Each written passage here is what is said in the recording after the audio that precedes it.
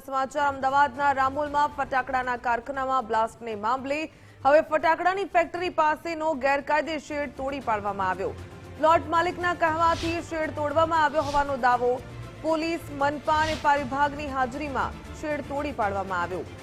ગેરકાયદે શેડ જે ઉભો કરી દેવામાં આવ્યો હતો તે હવે તોડી પાડવામાં આવ્યો છે. પ્લોટ માલિકના કહેવાથી શેડ તોડવામાં આવ્યો હોવાનો દાવો.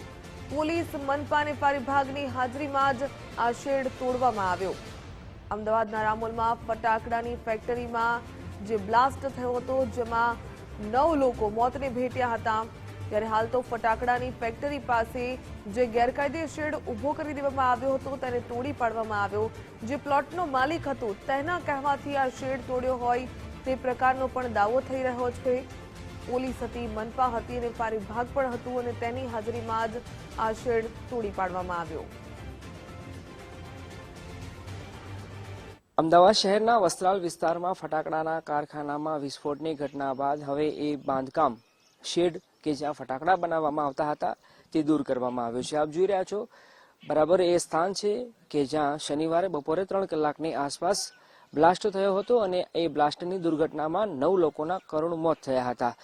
ગઈકાલે દાવો કરવામાં આવ્યો છે પોલીસ વિભાગ દ્વારા કે જમીનના માલિક હતા, એમની ઈચ્છાએ, એમની મંજૂરીથી આ આખું શેડ હતો કે જ્યાં ફટાકડા બનાવવામાં આવતા હતા, મંજૂરી વિના, લાયસન્સ વિના એ શેડને દૂર કરી દેવામાં આવ્યો છે. એટલે એ આ સ્થળ છે કે જ્યાં અગાઉ મંજૂરી વિના અહીંયા ગેરકાયદેસર રીતે ફટાકડા બનાવવામાં આવતા હતા.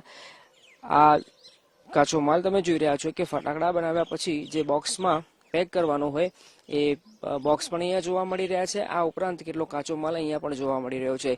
સાથે સાથે જે સામેનો નાનકડો શેડ જોઈ રહ્યા છો ત્યાં પણ ફટાકડા બનાવવા માટેનો કાચો માલ રાખવામાં આવ્યો છે. જે પણ હવે આખી જે પ્રક્રિયા કરવાની હોય અધિકારિક તौर પર એ પ્રક્રિયા કર્યા બાદ એનો પણ નાશ કરવામાં આવશે. આ ઉપરાંત આજના સમયે જ્યારે 3 આરોપી પકડાઈ ચૂક્યા છે ત્યારે એમને પણ આ સ્થળ પર લાવી અને રૂબરૂમાં પૂછપરછ તપાસ પોલીસ દ્વારા કરવામાં આવશે.